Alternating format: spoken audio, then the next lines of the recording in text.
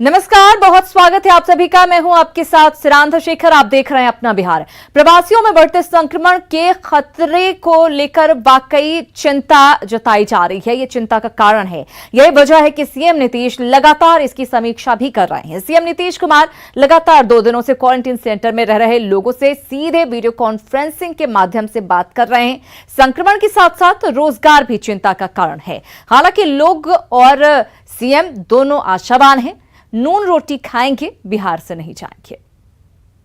यही रहना है। नहीं सर, नून रोटी खाएंगे, बिहार में रहेंगे। ठीक है। नून रोटी खाएंगे, अब बिहार से नहीं जाएंगे। ठीक है, एक बार फिर सुन लीजिए। नहीं सर, नून रोटी खाएंगे, बिहार में रहेंगे। ठीक है। ये उस प्रवासी मजदूर के मन की बात है जो उसने सीएम नीतीश कुमार को बताई। कोरोना ने सबक सिखा दिया है, अपने घर की नून रोटी परदेश के पकवान से ज्यादा अच्छी है। दरअसल मुख्यमंत्री नीतीश कुमार वीडियो कॉन्फ्रेंसिंग के जरिए लगातार 2 दिनों से क्वारंटीन सेंटर में रह रहे प्रवासी मजदूरों से बातचीत कर उनका हालचाल जान रहे हैं। शनिवार को भी 10 जिलों के 20 क्वारंटीन सेंटर में रह रहे प्रवासियों से बातचीत कर रहे थे। इसी क्रम में एक प्रवासी मजदूर गाना गाकर अपने मन की बात बताने लगा। लॉकडाउन भारत का हम मिलके सफल बनाएंगे। ठीक है। नून रोटी खाएंगे, कोरोना को भगाएंगे। ठीक है। नून रोटी खाएंगे, कोरोना को भगाएंगे। ठीक है। चलिए ठीक है, बहुत ठीक है। नहीं सर, नून रोटी खाएंगे, बिहार में रहेंगे। ठीक है। कोरोना को भगाने को लेकर की गई इस तुकबंदी से सीएम सहित सभी के चेहरे खिल गए। सीएम नीतीश कुमार ने जब उस मजदूर से सवाल किया कि अब तो वो बाहर नहीं जाएगा ना, तो उसका जवाब लाजवाब कर देने वाला था। सब भगा देना है और यही रहना है, अब कहीं जाना नहीं है। अब खुद भागने की जरूरत नहीं है, अब यही रहना है। नहीं सर, नून रोटी खाएंगे, बिहार में रहेंगे। ठीक है। मेरे प्रेम से खाइए। मजदूर की बात पर मुस्कुराते सीएम ने कहा कि सिर्फ नून रोटी ही नहीं, प्रेम से सब कुछ खाइए और बिहार में रहिए। कोरोना ने सबको सबक सिखा दिया है। उम्मीद है कि सरकार ऐसे लोगों के लिए बिहार में ही रोजगार पैदा कर देगी, ताकि अब इन्हें दोबारा अपना घर छोड़कर परदेश न जाना पड़े। न्यूज़ 18 के लिए पटना से आनंद अमृतराज की रिपोर्ट। सर, नून रोटी खाएंगे, बिहार में रहेंगे। ठीक है। अब जरा खबर को समझिए। खबर को समझने की बात यह है कि संकट में मिली सबक से नई ऊर्जा का संचार हो रहा है। सरकार प्रवासियों के लिए तैयार कर रही है। रोजगार के अवसर बढ़ाने की पूरी रणनीति बना ली गई है। नई रणनीति से बिहार में बदलाव के संकेत मिल रहे हैं। प्रवासियों को सरकार का साथ देना होगा और वो दे भी रहे हैं। उनकी बातों से तो कम से कम यही लग रहा है। जिस तरीके से लगातार 1-to-1 कर रहे नीतीश कुमार, अब प्रवासियों का भी पूरा साथ सरकार को मिल रहा है। अब काम कैसे मिलेंगे, इसके लिए राज्य सरकार पूरी प्लानिंग भी कर रही है। श्रमिकों को अब बाहर काम करने जाने की जरूरत नहीं पड़ेगी। उद्योग मंत्री श्याम रजक ने बताया सरकार इसके लिए क्या क्या तैयारी कर रही है। MSME उसमें 1,28,000 वर्कर काम कर सकते हैं। इसके अलावा और भी हम जो हमारा क्लस्टर योजना हो, जिस तरह अनुसूचित जाति जनजाति उद्यमी योजना है, उस उद्यमी योजना की तरह हम प्रवासी उद्यमी योजना भी हम लाने का काम करेंगे और इसके माध्यम से लोगों को स्वरोजगार देंगे, लोगों को रोजगार देंगे। और यहाँ पर मार्केटिंग देखिए, यहाँ कंज्यूमर है, सबसे ज्यादा कंज्यूमर है बिहार में। तो पलायन, बेरोजगारी तो बिहार के लिए सबसे बड़ा मुद्दा रहा है। सियासत भी इस पर खूब हो रही है। आरजेडी सुप्रीमो लालू यादव और राबड़ी देवी ने बिहार सरकार पर ट्वीट के जरिए हमला बोला है, जिसके बाद बिहार की सियासत गर्मा गई है। अब एनडीए के नेता लालू राबड़ी को उनके 15 साल के शासनकाल की याद दिला रहे हैं।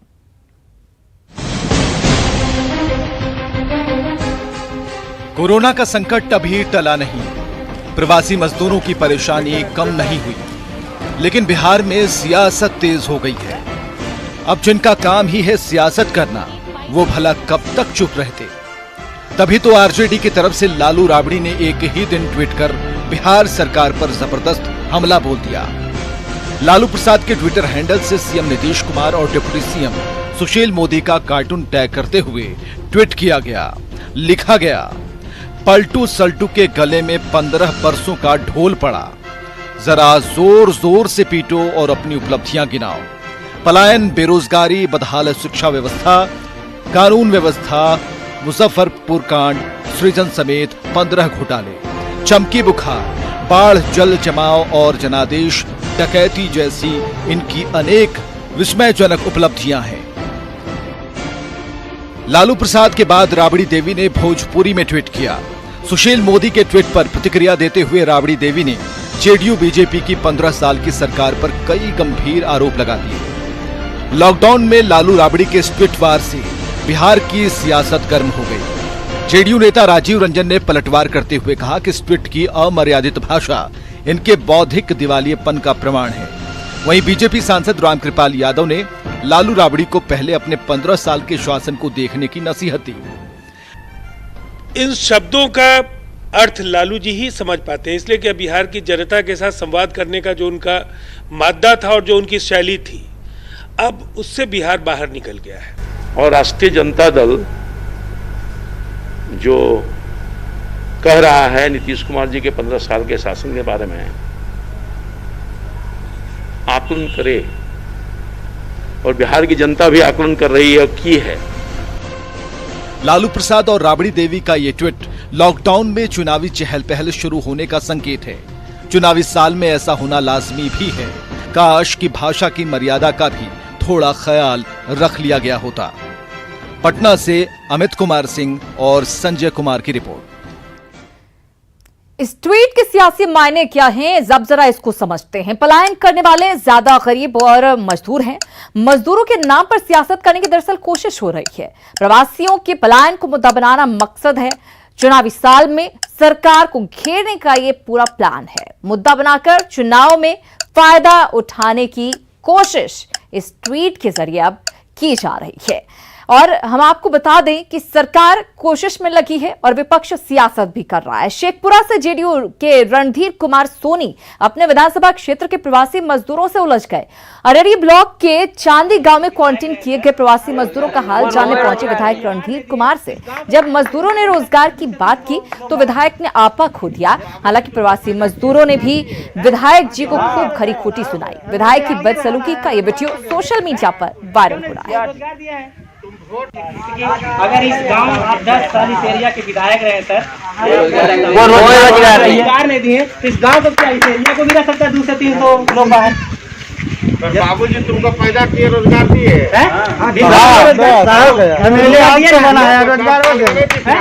क्यों नहीं रोजगार दिया है? तुम वोट मांगने के लिए भी आए हैं? वोट नहीं प्रॉब्लम चाहिए कि नेता का काम है। विधायक महोदय किस तरह से पेश आ रहे हैं लोगों से वो आपने सुना। हालांकि विवाद बढ़ने पर विधायक ने सफाई दी है। उन्होंने कहा है कि पारिवारिक संदर्भ में हमने ये बात कही थी।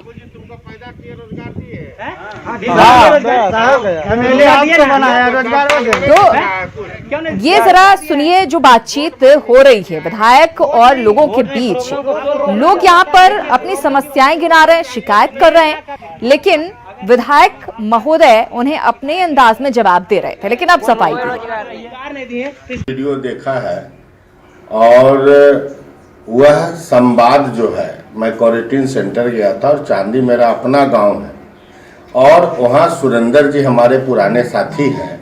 उन्हीं का बेटा है पिंटू। उसने कहा कि 10 साल में आपने हमको कोई काम नहीं दिया, तो हमने उसको भतीजा के नाते बोला। उसके पिताजी भी वहीं पर थे कि तुम्हारे बाबूजी मैंने कहा, आप वीडियो को ध्यान से देखिए कि तुम्हारे बाबूजी तुमको पैदा किए हैं, कोई काम रोजगार दिए हैं। मैं एक चचा भतीजा का संवाद था और मैंने किसी प्रवासी को नहीं किया। मैं तो उनका हाल चाल जानने गया, लैट्रिन बाथरूम की व्यवस्था कराया, वहीं पर से एक्जीक्यूटिव इंजीनियर को बात किया। पूरा मैं वहाँ आधा घंटा रहा, ऐसा तो नहीं। और वहाँ पिंटू है सुरेंद्र जी का बेटा, आप उससे भी बयान ले सकते हैं। तो अपने बयान पर सफाई दे रहे थे विधायक महोदय। इधर बिहार में कोरोना में बढ़ते मरीजों ने परेशानी बढ़ा दी है। हर रोज मरीजों की संख्या बढ़ती ही जा रही है। 19 मई को 96 मरीज मिले थे। 20 मई को यह आंकड़ा बढ़कर 197 तक जा पहुंचा।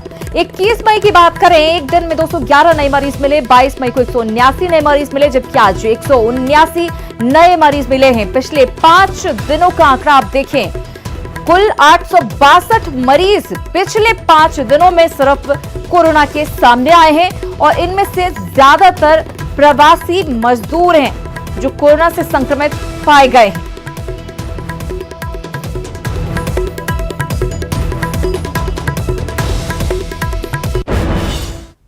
अब खबर को समझने की बात यह है कि राज्य में संक्रमितों की संख्या प्रवासियों के कारण बढ़ी है। 5 दिनों में 1/3 मरीजों की संख्या में वृद्धि हुई है।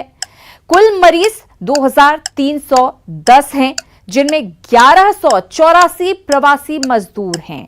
ऐसे में प्रवासियों पर खास ध्यान देना जरूरी है कि ये संक्रमण ज्यादा ना फैले। प्रवासियों को भी सुरक्षा मानकों का ख्याल रखना होगा। बहरहाल, औरंगाबाद के क्वारंटीन सेंटर में प्रवासी मजदूर की मौत हो गई। मामला मुफस्सिल थाना के परसडीह पंचायत के मध्य विद्यालय दोसमा क्वारंटीन सेंटर का है, जहां प्रवासी मजदूर इंदल सिंह की मौत हो गई। इंदल 4 दिन पहले ही अहमदाबाद से औरंगाबाद लौटा था। शुक्रवार की शाम उसकी तबीयत खराब हो गई थी। आज भी उल्टी और दस्त की शिकायत के बाद इलाज के लिए सदर अस्पताल ले जाने के दौरान ही उसने दम तोड़ दिया।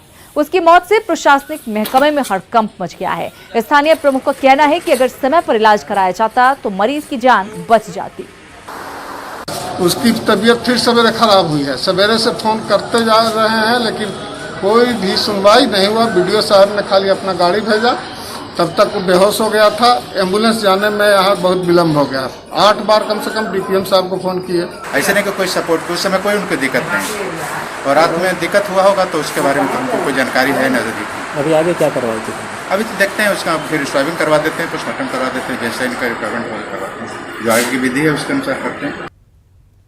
और बिहार सरकार ने प्रवासी मजदूरों को लेकर बड़ा फैसला लिया है। अब देश के हर राज्य और हर जगह से आने वाले प्रवासी मजदूरों की जगह केवल 11 शहरों से आने वाले कामगारों को ही क्वारंटीन पर रखा जाएगा। प्रवासियों के क्वारंटीन के लिए 2 कैटेगरी बनाई गई है।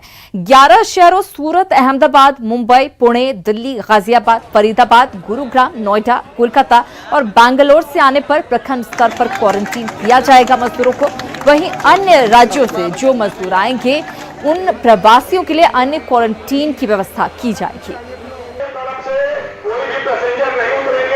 जो हाई रिस्क एरिया से आ रहे हैं उनको हाई रिस्क कैटेगरी में रखते हुए उन्हें क्वारंटाइन सेंटर कम आइसोलेशन सेंटर में रखाया जा रहा है, ताकि कोविड संक्रमण का खतरा बाहर नहीं फैले और उन पर हम लोग विशेष निगरानी रख सकें और वहाँ मेडिकल फैसिलिटीज़ को और अच्छी कर सकें, ताकि यदि कोई भी सिम्टोमेटिक केसेस आए तो उनको तुरंत इलाज के लिए हम लोग रेफ़र कर सकें। देखिए, जो कैटेगरी ए है उसमें सूरत, अहमदाबाद, मुंबई, पुणे, दिल्ली, गाजियाबाद, फरीदाबाद, गुड़गांव या गुरुग्राम, नोएडा, कोलकाता और बेंगलोर, ये हम लोग ने कैटेगरी ए में रखा है। और इसके अलावा डीएम्स को भी ये दिया गया है कि अगर वो सैम्पलिंग में पाते हैं कि किसी पर्टिकुलर एरिया में रिस्क ज़्यादा है तो डीएम इसको लिस्ट को और बढ़ा भी सकते हैं। ग्रीन जोन से आ रहे हैं उनके नंबर्स को देखते हुए, उनके मेडिकल स्क्रीनिंग को देखते हुए डीएम्स को ये फ्रीडम दी गई है कि उनमें से कुछ को विलेज कैंप में, कुछ को पंचायत के में और बाकी लोग को होम क्वारंटाइन फैसिलिटी में भी भेजा जा सकता है। 30 तक लगभग 20-22 लाख लोग के आने की पक्की संभावना है और ये नंबर 25 लाख तक भी जा सकता है।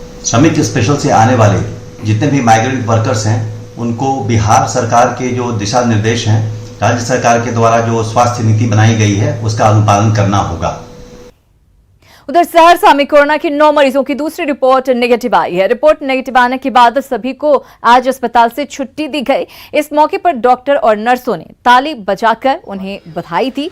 ये सभी मई श्रमिक स्पेशल ट्रेन से महाराष्ट्र के नंदुरबार से सहरसा आए थे। तब 1015 में 21 बच्चों की रिपोर्ट पॉजिटिव आई थी।